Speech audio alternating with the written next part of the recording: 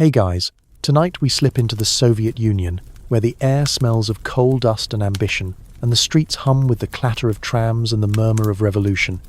Picture yourself stepping out of a creaky wooden door into 1920s Moscow, where red banners flutter like restless birds against grey skies.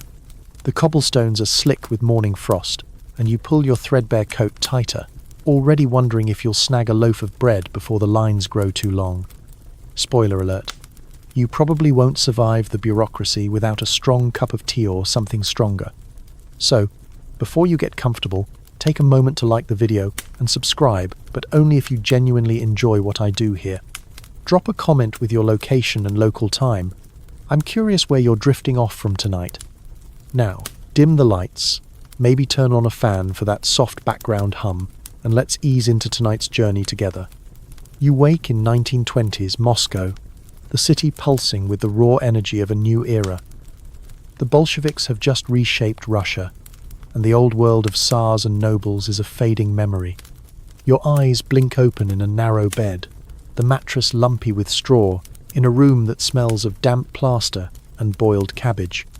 Outside, the streets are alive with workers in flat caps, their boots crunching through slush as they hurry to factories or meetings. The revolution's promise hangs heavy: equality, progress, a new society. But as you step into the chilly morning, you feel the weight of uncertainty. The Civil War's scars linger buildings pockmarked by bullets, markets half empty. You pass a group of Red Army soldiers, their faces stern but tired, and you wonder if they believe the propaganda posters plastered on every wall, proclaiming a glorious future. Your first task is survival, and it starts with food. The state controls everything now, and ration cards are your lifeline. You clutch yours, a flimsy piece of paper stamped with red ink, and join a crowd outside a bakery.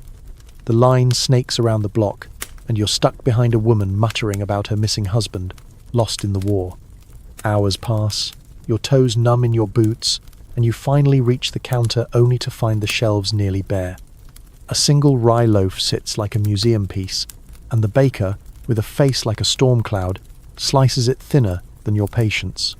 You hand over your card, and she hands you a chunk of bread that feels more like a grudge.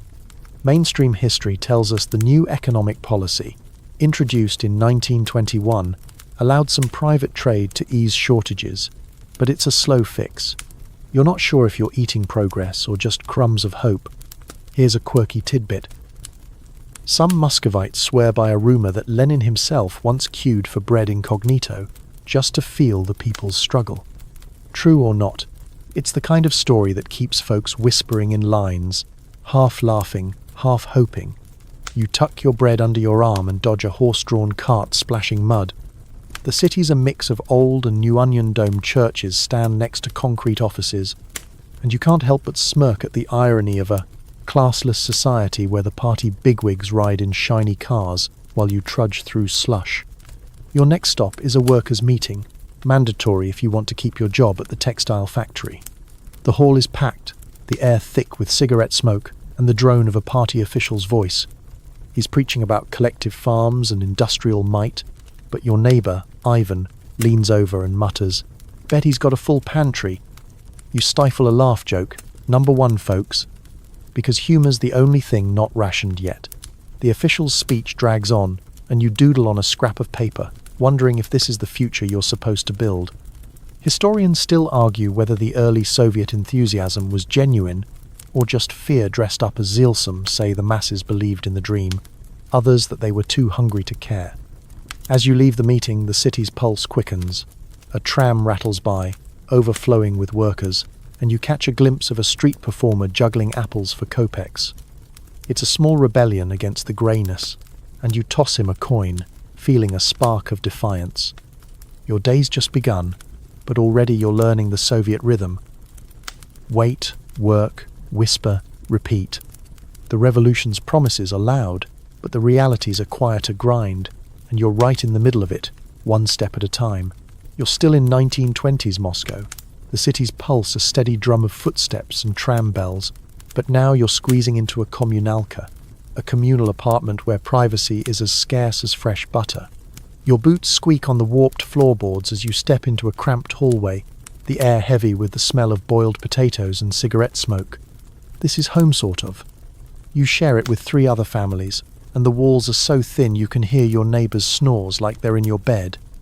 Remember that pickled beet tin from the market? It's tucked in your coat, a small treasure you'll have to hide from prying eyes. The communalka is a Soviet staple, a mainstream fact of urban life by the late 1920s as the state crammed multiple families into old bourgeois apartments to solve housing shortages.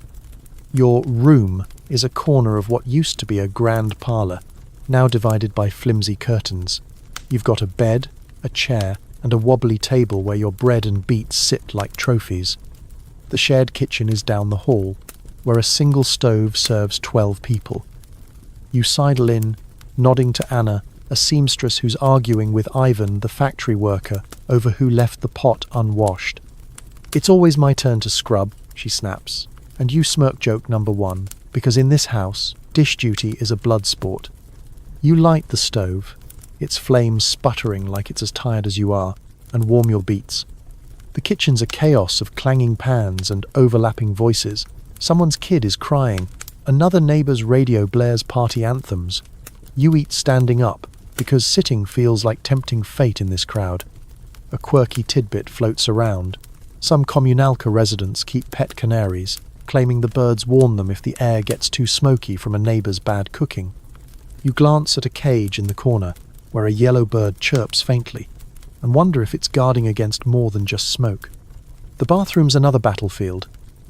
You queue because of course you doe for a turn at the single sink, shared by the whole floor.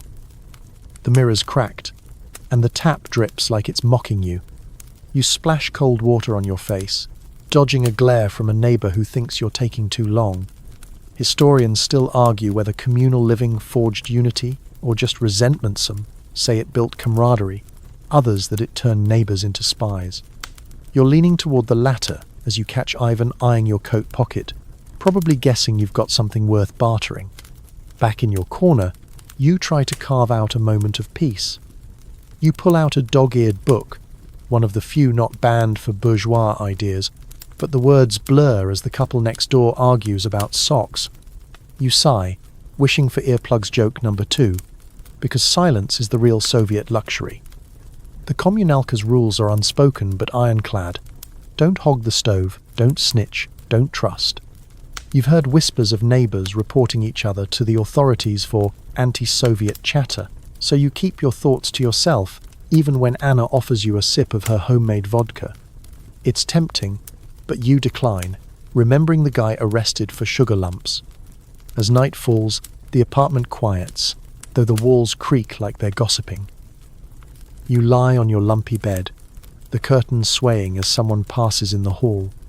Outside, Moscow's streetlights cast a dim glow through your window, and you hear a distant balalaika, maybe that musician from yesterday.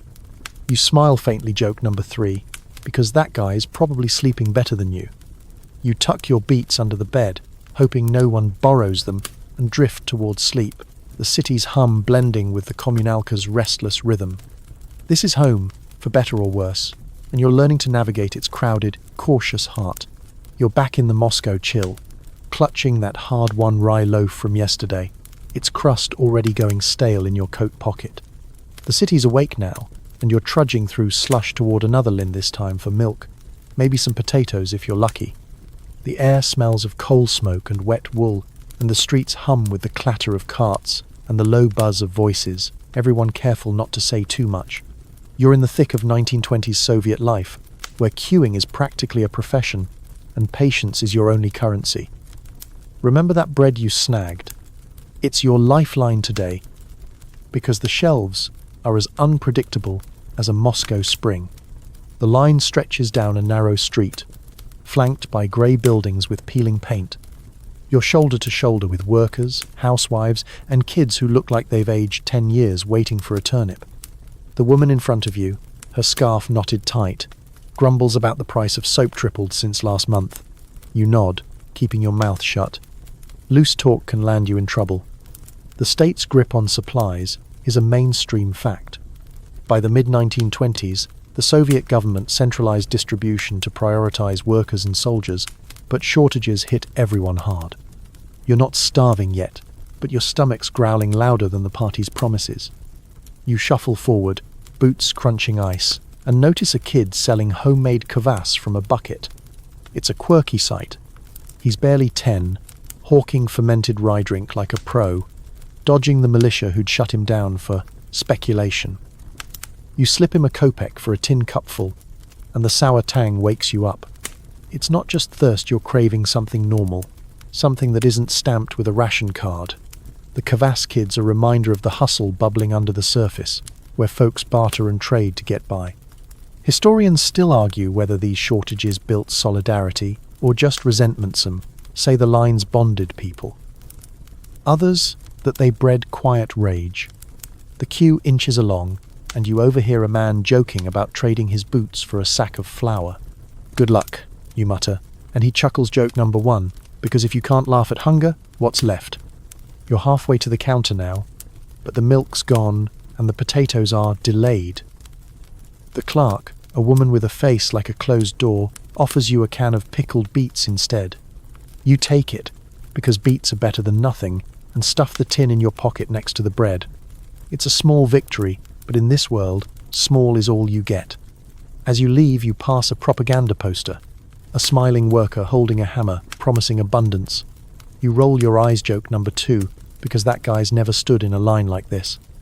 The reality is grit and patience, with a side of bureaucracy. You head toward the market, hoping to trade those beets for something better.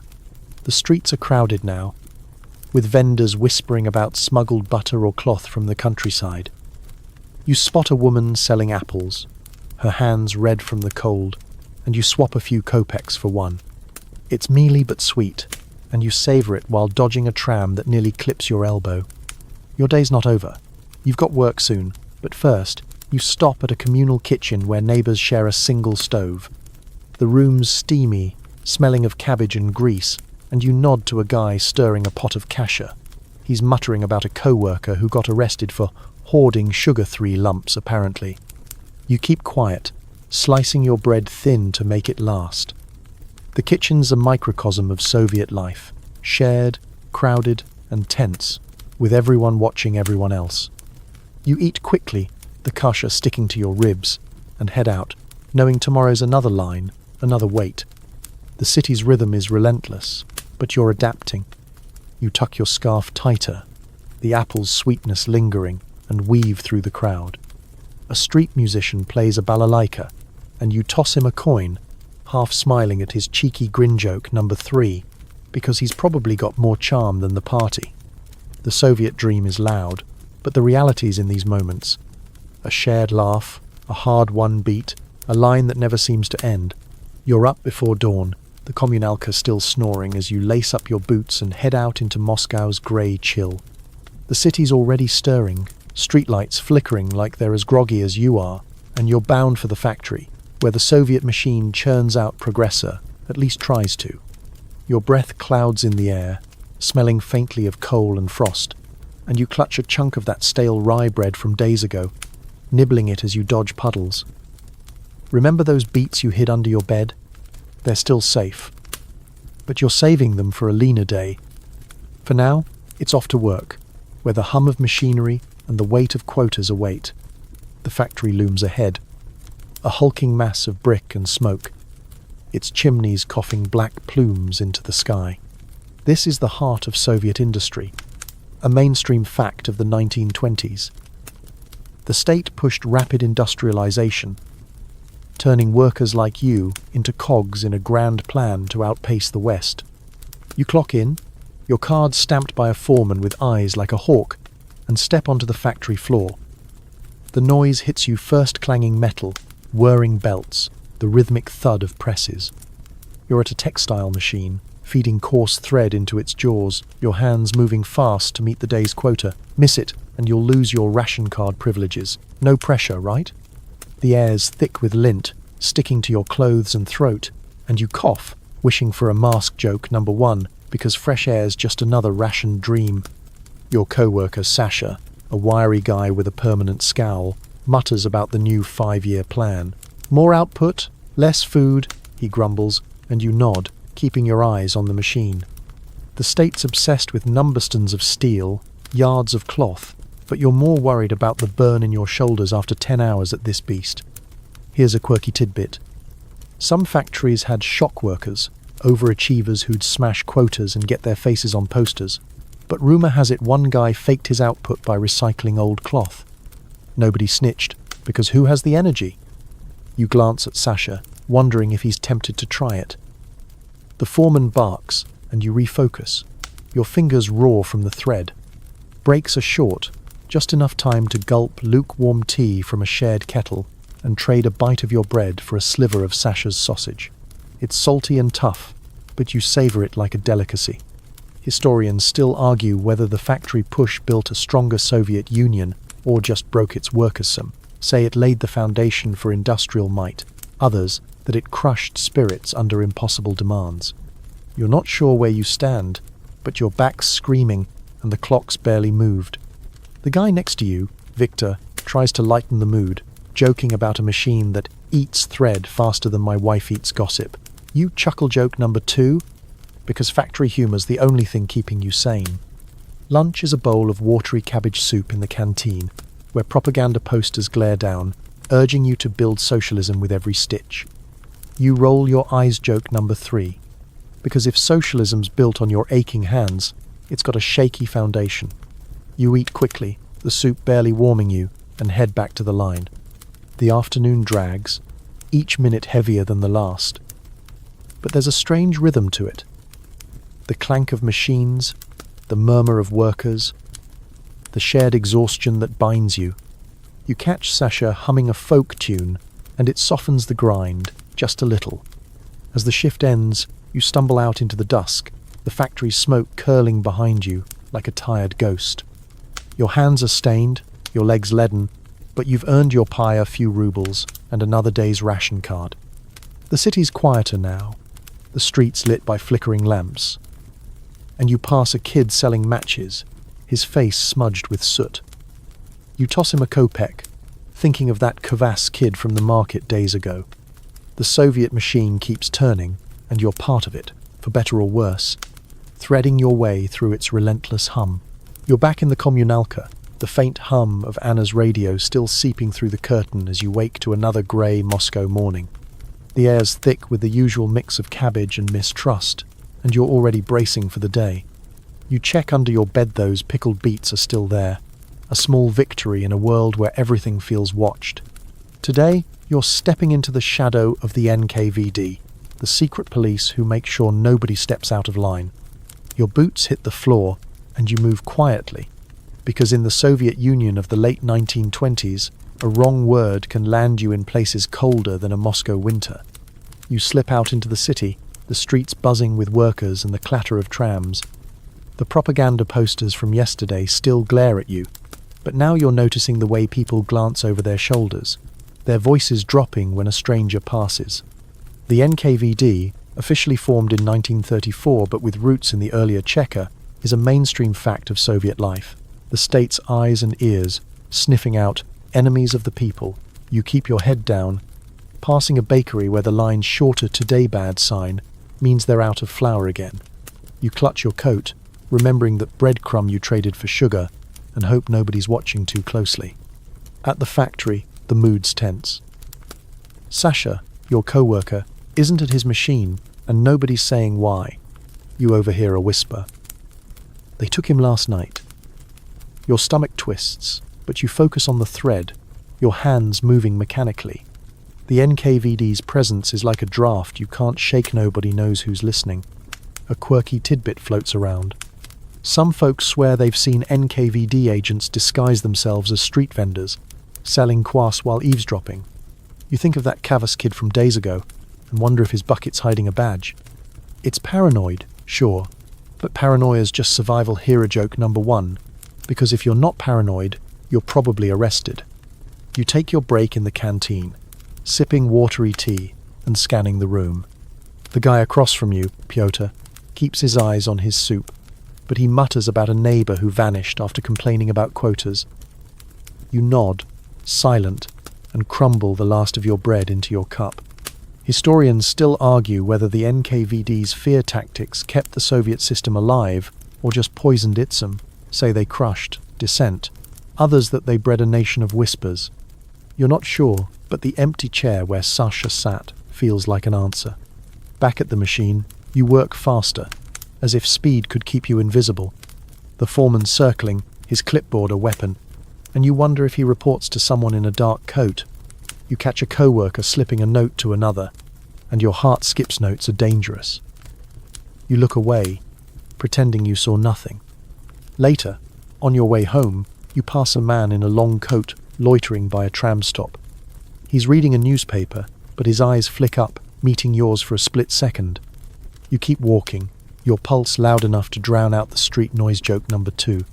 Because if your heart's a traitor, at least it's loud about it. In the communalka, the tension's thicker. Anna's radio is off tonight, and she's quieter, stirring her pot with a frown. You don't ask about Sasha, nobody does. You eat your beets, the vinegary tastes sharp, and try to focus on the mundane. But the walls feel like they're listening, and you keep your thoughts locked tight. As you lie in bed, the city's hum outside is softer, but it's not comforting. You hear footsteps in the hall, probably just Ivan, but you pull your blanket closer. Sleep comes slow, and you dream of eyes in the shadows, watching, always watching.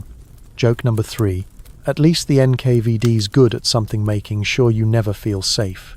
You're jolted awake in the communalka.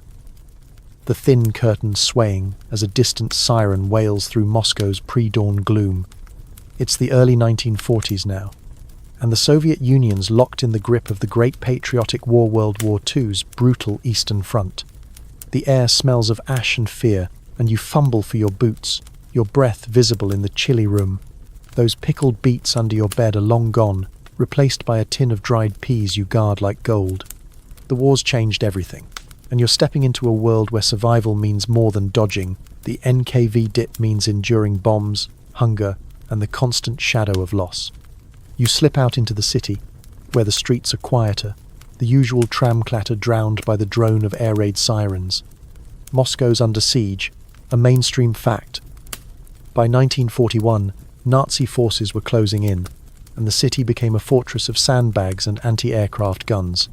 You pass boarded-up shops and posters urging you to defend the motherland. No cheerful workers now, just grim soldiers staring from the walls. You're headed to the factory, but it's not textiles anymore. Your plant's been retooled to churn out tank parts. The work's grueling, and the quotas are relentless. But nobody complains not when the enemy's knocking. At the factory, the air's thick with oil and metal dust, the machines screaming louder than ever. Your hands, already calloused, now wrestle with heavy steel, each bolt a small act of defiance. Your hungry rations are tighter than ever, and your daily bread is a greyish slab that tastes like sawdust. A quirky tidbit. Some workers swear by chewing pine needles for vitamins, claiming it staves off scurvy. You tried it once. It was like eating a Christmas tree, and you're not sure it's worth it. Joke number 1, because you'd rather starve than kiss a pine cone again. The foreman's voice cuts through the noise, barking about production goals, but you catch a tremor in it. He's got a son at the front, and nobody's heard from him in weeks. You keep your head down, tightening bolts, but your mind's on the radio reports. Stalingrad's bleeding, Leningrad's starving. Historians still argue whether the Soviet war effort was driven by patriotism or sheer terrorism. Say the people rallied for the motherland. Others that Stalin's iron fist left no choice. You're not sure where you stand, but the ache in your stomach and the cold in your bones make the debate feel distant. During a break, you huddle in the canteen, sipping ersatz coffee barley, not beans, because real coffee's a memory. A co-worker, Lena, whispers about a neighbour who got a letter from the front, only to learn it was months old.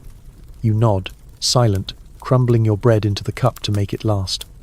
The air raid siren wails again, and you scramble to the shelter, a damp basement where you sit shoulder to shoulder with strangers, the ground shaking as bombs fall somewhere close. Lena mutters a joke about the shelter being cozier than her communalka, and you force a smile. Joke number 2, because humor's the only thing not rationed. Back above ground, the city's a maze of rubble and resolve. You pass a woman selling knitted socks, her hands trembling, and trade a few kopecks for a pair. They're scratchy but warm, and you pull them on, grateful for small mercies. On your way home, you spot a kid scrawling "Victory" on a wall, his chalk snapping in the cold. You toss him a pea from your tin, and he grins joke number 3, because he's got more hope than the rest of you combined. In the communalka, the radio's on, crackling with news of battles far away. You eat your peas, the taste dull but steady, and lie down. The city's pulse, a mix of defiance and dread. Sleep comes hard, with dreams of sirens and snow, but you hold tight to the thought of tomorrow, because tomorrow you'll keep going. You wake in the communalka, the war's echoes fading into the mid-1950s, where Moscow's air carries a new scentless ash, more damp concrete and cautious hope. The sirens are gone, but the city's still scarred, with pockmarked buildings and a quiet that feels like it's holding its breath. You pull on your boots, the ones you got from that sock-selling woman during the war, now patched but still warm. Your tin of peas is long gone, replaced by a jar of pickled cabbage you traded for at the market. You're stepping into Khrushchev's thaw, a time when the Soviet grip loosens just enough to let you breathe but not too deeply. The streets are busier now, trams rattling with workers in slightly less threadbare coats. You're headed to the factory, still churning out parts, but the propaganda's softened, less about tanks and more about peaceful progress. Khrushchev's in charge, and his 1956 secret speech denouncing Stalin's excesses is a mainstream fact that's shaken the system.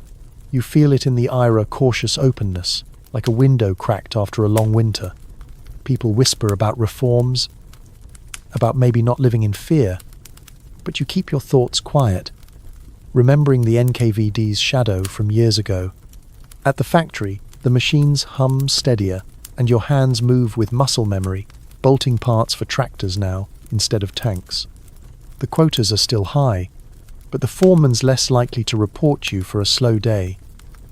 You overhear Lena, your wartime canteen buddy, talking about a new book she redone that wasn't banned.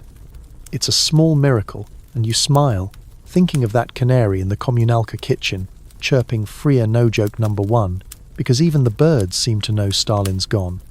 Here's a quirky tidbit. Some Muscovites started hosting kitchen talks, late-night debates over tea about politics and art, now that the secret police aren't knocking as often. You've been to one, crammed in Anna's corner of the communalka, where Ivan argued about jazz records like they were state secrets. You didn't say much, just sipped your tea, but it felt like a rebellion to even listen.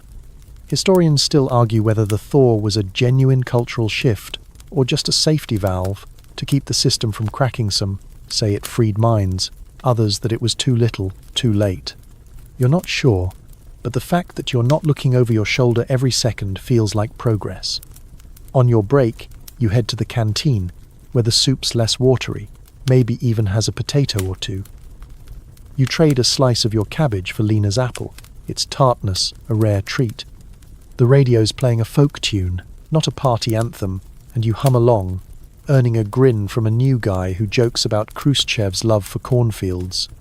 "Man thinks we're all farmers now," he says, and you chuckle joke number 2 because corn's a weird hill to die on.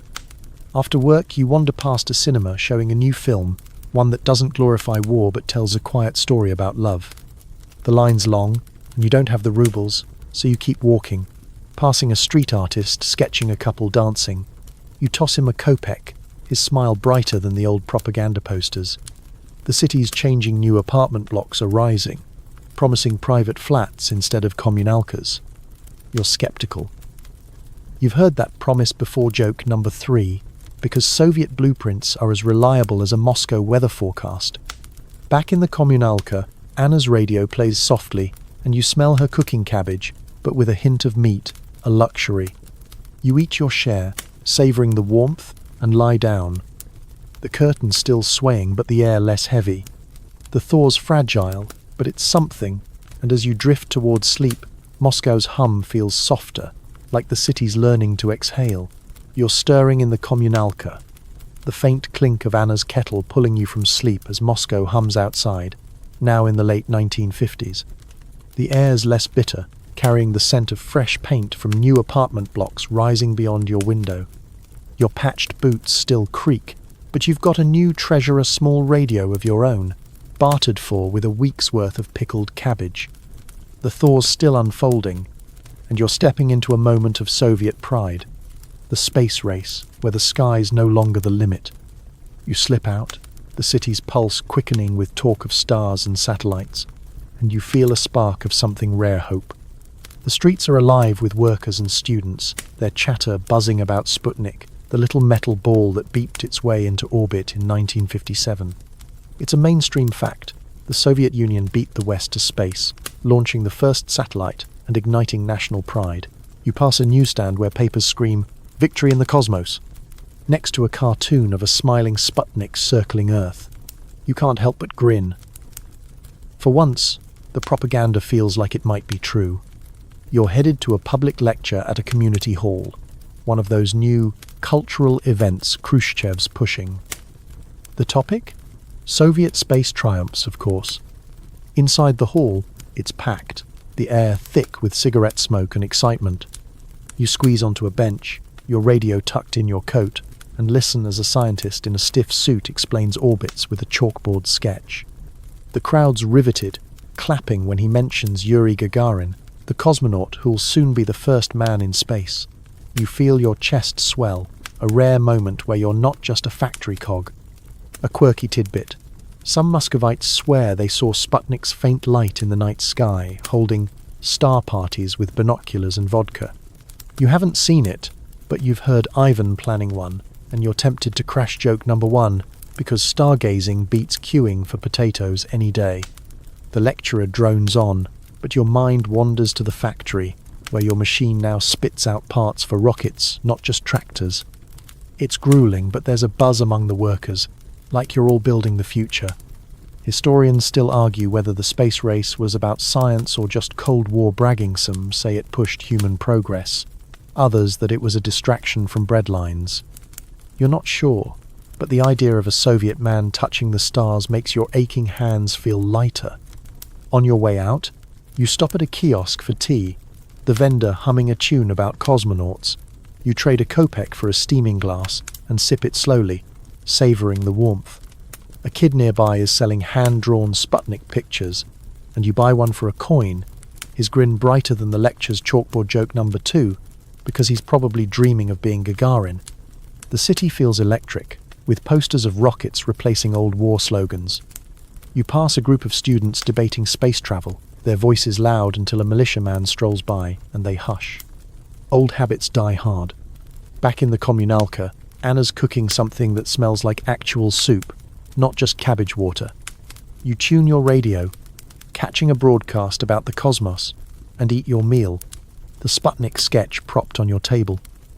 The thaws made things like this possible: music, ideas, a glimpse beyond the grey. You lie down, the curtains still but the air alive with possibility. As you drift off, you imagine that beep-beep from space, a sound that says the Soviet Union's reaching higher, even if your feet are still stuck in Moscow's mud joke number 3, because the stars are free. But the tram fare isn't. You wake to the familiar creak of the communalka, the air heavy with the scent of damp plaster and Anna's eternal cabbage soup. It's the 1970s now, and Moscow's settled into a sluggish rhythm under Brezhnev, where the thaw's spark has dimmed to a flicker. Your radio, that prized trade from the space race days, crackles with static. Its once bold broadcasts now droning about grain yields. You pull on your boots, still those patched ones from the war years, and check your stash. A jar of pickled mushrooms, bartered for with a factory co-worker. You're stepping into Brezhnev's stagnation, where the Soviet dream feels like a treadmill, lots of effort, nowhere to go. The streets are grey, the trams rattling with the same tired faces you've seen for years. You're headed to the factory, where the machines grind on, spitting out tractor parts that might never reach a field.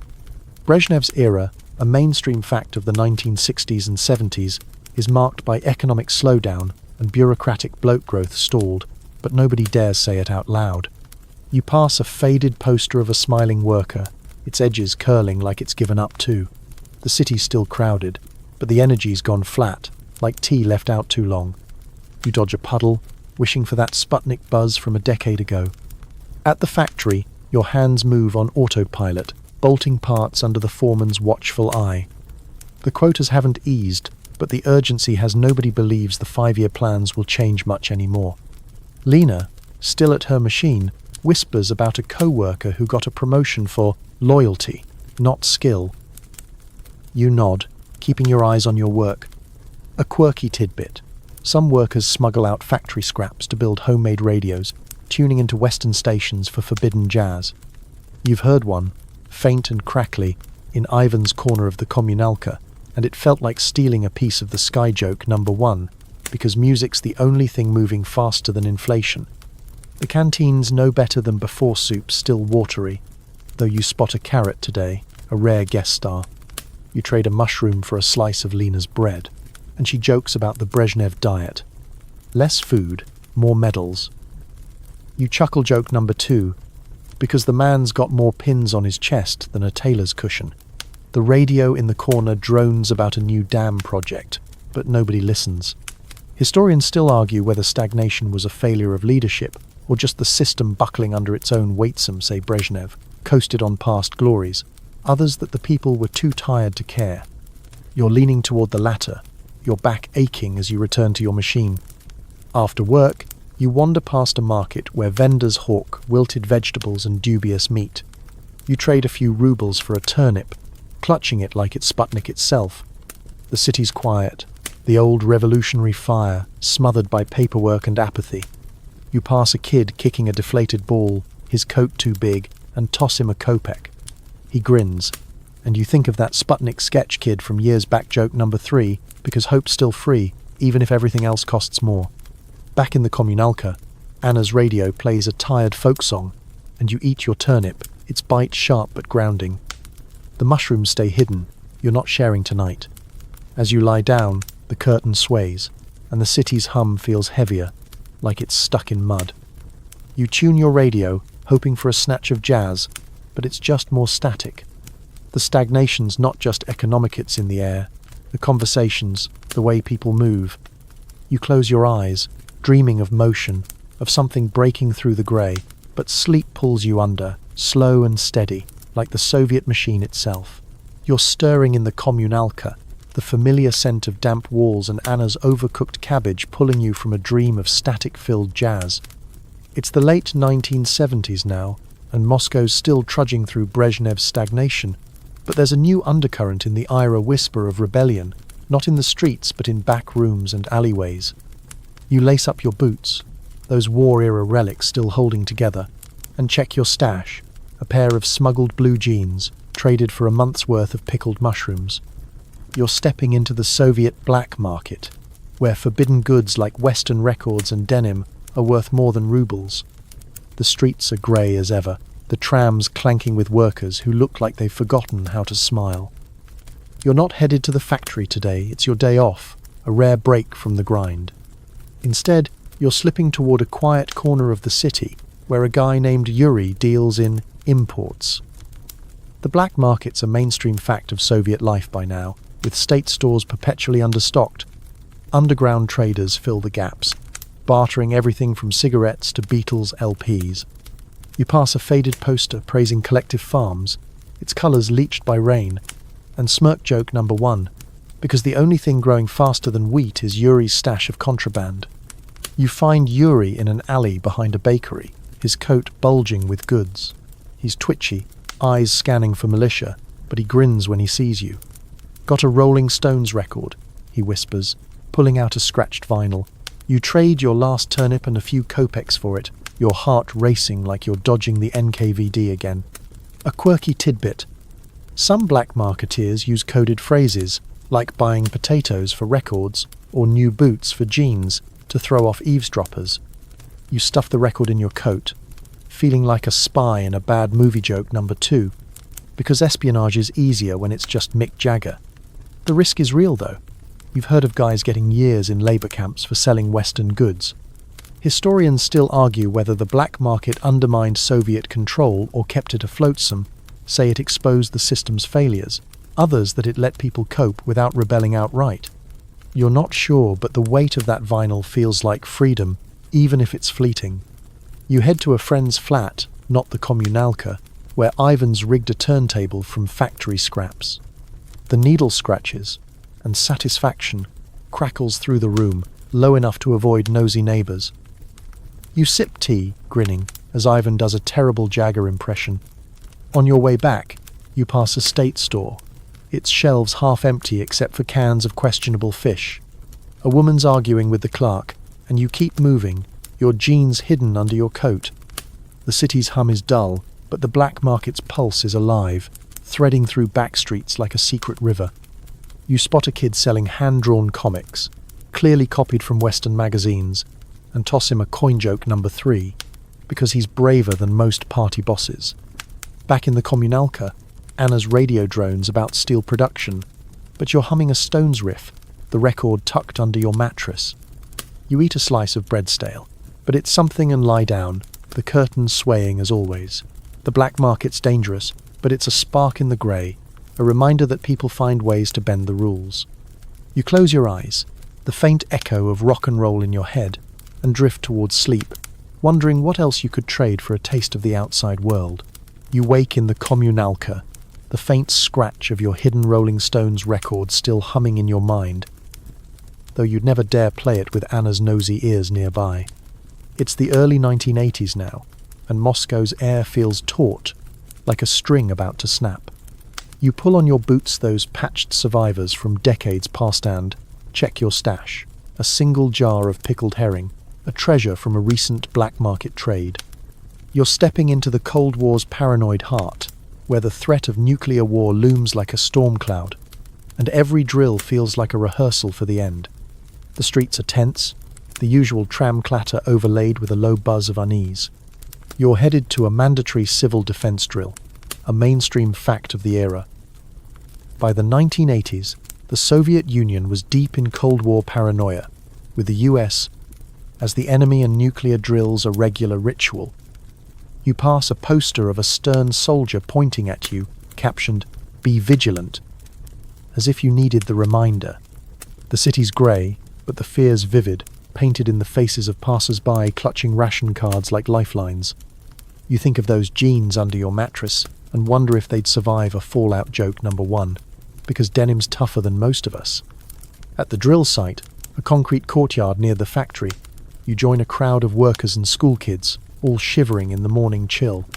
A militia officer barks instructions: duck, cover, find shelter. You practice crouching under a flimsy table, feeling like a kid playing hide-and-seek with a bomb.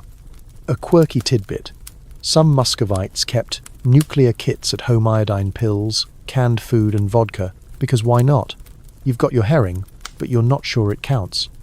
The officer's voice drones on about radiation, and you exchange a glance with Lena, who rolls her eyes joke number 2, because if the world ends, at least you'll skip tomorrow's quota.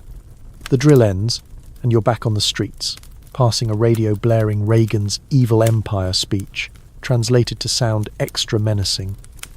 It's all part of the game, but it makes your stomach knot. Historians still argue whether the Cold War paranoia strengthened Soviet unity or just exhausted it. Some say the drills rallied people, others that they bred cynicism. You're leaning towards cynicism as you dodge a kid handing out leaflets about imperialist threats. You head to the factory, where the machines grind on, now making parts for missiles instead of tractors. Your hands move automatically, but your mind's on the sky, wondering if it'll ever rain fire. At lunch, you sip watery tea in the canteen, trading a slice of herring for a chunk of Lena's bread. She whispers about a co-worker who got questioned for listening to Radio Free Europe. You nod, silent, and glance at the canteen's lone poster, faded but still preaching vigilance. The fear's real, but so is the fatigue. After work, you pass a street vendor selling homemade gas masks shoddy, but you buy one for a kopeck, more for luck than faith. You smirk joke number 3, because if the bombs fall, You'll look like a scuba diver in a snowstorm. Back in the communalka, Anna's radio plays a patriotic tune, but you tune it out, eating your herring with a stale crust. The walls feel closer tonight, the air heavier with what-ifs. You lie down, the curtains swaying, and try to imagine a world without drills or dread. Sleep comes slowly. The city's hum laced with a distant siren, and you dream of open skies. Even if they're just a memory of Sputnik's fleeting beep, you stir in the communalka, the familiar creak of floorboards and the faint tang of herring lingering from last night's meal pulling you awake. It's the mid-1980s now, and Moscow's air carries a new current, something like possibility, sharp and fragile. Cutting through the Cold War's heavy fog, you lace up your boots, those patched veterans still clinging to life, and check your stash, a small stack of newspapers, bold new ones that dare to print more than party platitudes. You're stepping into the era of glasnost, Gorbachev's policy of openness, where the Soviet system starts to crack open, letting in whispers of change. The streets hum with a restless energy, trams clattering past posters that, for once, don't just preach vigilance. You're headed to a newsstand, drawn by rumours of articles criticising corruption unthinkable a few years ago. Glasnost, launched in 1985, is a mainstream fact. Gorbachev's reforms encouraged freer speech and media, shaking the Soviet silence. You grab a copy of Ogonyok, its pages sharp with ink and sharper with critique, and tuck it under your arm. The vendor, an old man with a sly grin, mutters, "Careful, that paper's got teeth now." You smirk joke number one because a newspaper biting harder than your bread is progress. You wander toward a park, where students and workers gather, debating openly for the first time. A guy in a scarf reads aloud about factory mismanagement, his voice low but fearless. You listen, leaning against a tree, the newspaper crinkling in your hands. A quirky tidbit. Some Muscovites started writing anonymous letters to editors, venting decades of frustration, and papers actually printed them. You've thought about writing one, maybe about the factory's endless quotas, but you're not that brave yet. The crowd's buzzing, and you feel a spark, like that Sputnik pride years ago, but grounded, human. Historians still argue whether glasnost was a genuine thaw or a desperate bid to save a crumbling system. Some say it empowered people, others that it unleashed chaos the party couldn't control. You're not sure, but the air feels lighter, even if the bread lines haven't shrunk. You head to the factory, where the machines still grind, but the foreman's less hawkish, distracted by his own copy of Literaturnaya Gazeta. Lena's there, whispering about a banned book she read, smuggled from a friend. You nod, keeping your eyes on your bolts, but your mind's on those newspapers, their words like keys to a locked door. At lunch, you sip tea in the canteen, trading a kopeck for a boiled egg rare luxury. A co-worker jokes about Gorbachev's birthmark, calling it a map to reform. You chuckle joke number two, because even the leader's forehead is fair game now. The radio's on, playing a pop song, not propaganda, and you hum along, feeling almost reckless. After work, you pass a street artist painting a mural of open hands, not hammers. You toss him a coin, his nod a silent thank you joke number three, because art's outlasting the old slogans. Back in the communalka, Anna's radio is quieter, tuned to a debate, not an anthem. You spread your newspaper on your table, reading by lamplight about strikes in far-off cities. The herring's gone, but you've got bread and a sliver of hope. You lie down, the curtains swaying, and the city's hum feels differentless like a machine, more like a crowd waking up. Sleep comes easier tonight, with dreams of words, not bombs, and the faint rustle of newsprint carrying you into the dark. You wake in the communalka, the faint rustle of your Ogonyok newspaper still under your pillow, its bold words lingering like a half-remembered dream. It's the late 1980s now, and Moscow's air feels brittle, like ice about to crack. You pull on your boots, those patched relics that have outlasted Empire Sand, check your stash. A single onion, traded for a factory favour, its sharp scent a reminder of leaner days. You're stepping into the Soviet Union's final act, where glasnost's openness has torn the system's seams, and collapse looms like a shadow you can't outrun. The streets are restless, trams rattling past crowds that move with purpose, not just routine. You're headed to a market, hoping to barter your onion for something edible, but the city's buzzing with whispers of strikes and shortages. The Soviet system's unraveling, a mainstream fact of the late 1980s. Gorbachev's reforms glasnost and perestroika meant to fix the economy and open society, instead exposed its rot, sparking unrest. You pass a wall where someone scrawled "Freedom" over a faded Lenin poster, and you pause, wondering who's bravier, reckless enough to do it. You smirk joke number one, because defacing Lenin's face takes more guts than queuing for bread. At the market, stalls are half empty, vendors haggling over wilted carrots and questionable meat. You trade your onion for a small loaf, its crust suspiciously soft, and overhear two women arguing about Yeltsin, the brash politician challenging Gorbachev. A quirky tidbit. Some Muscovites started hoarding matches and salt, convinced the state's collapse would leave them bartering like it's 1917 again.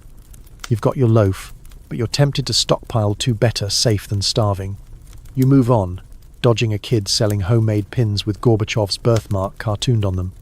You toss him a Kopek joke number two, because even the kids are cashing in on chaos.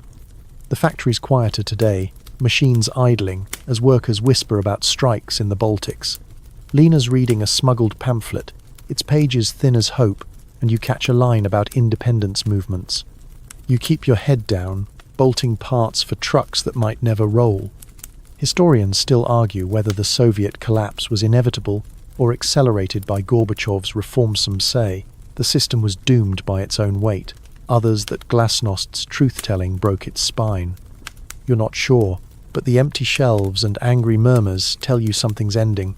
The foreman's absent, probably at a party meeting, and you wonder if even he believes in the plan anymore. After work, you join a crowd near a metro station where a man's shouting about democracy on a soapbox. Militia hover nearby, but they don't stop him another crack in the system. You listen, clutching your loaf, and feel a mix of thrill and dread. The city's pulse is erratic, like a heart skipping beats. Back in the communalka, Anna's radio is off, replaced by neighbours arguing about prices. You eat your bread, its taste oddly sour, and think of that ogonyok under your pillow. Words that once felt like keys now feel like sparks. You lie down, the curtain swaying, and the city's hum is chaotic, a mix of defiance and despair. Sleep comes fitfully, with dreams of falling walls and empty shelves. Joke number three, because if the Soviet Union's a house, the roof's already gone. You wake in the communalka, the war's echoes fading into the mid-1950s, where Moscow's air carries a new scentless ash, more damp concrete and cautious hope. The sirens are gone, but the city's still scarred, with pockmarked buildings and a quiet that feels like it's holding its breath.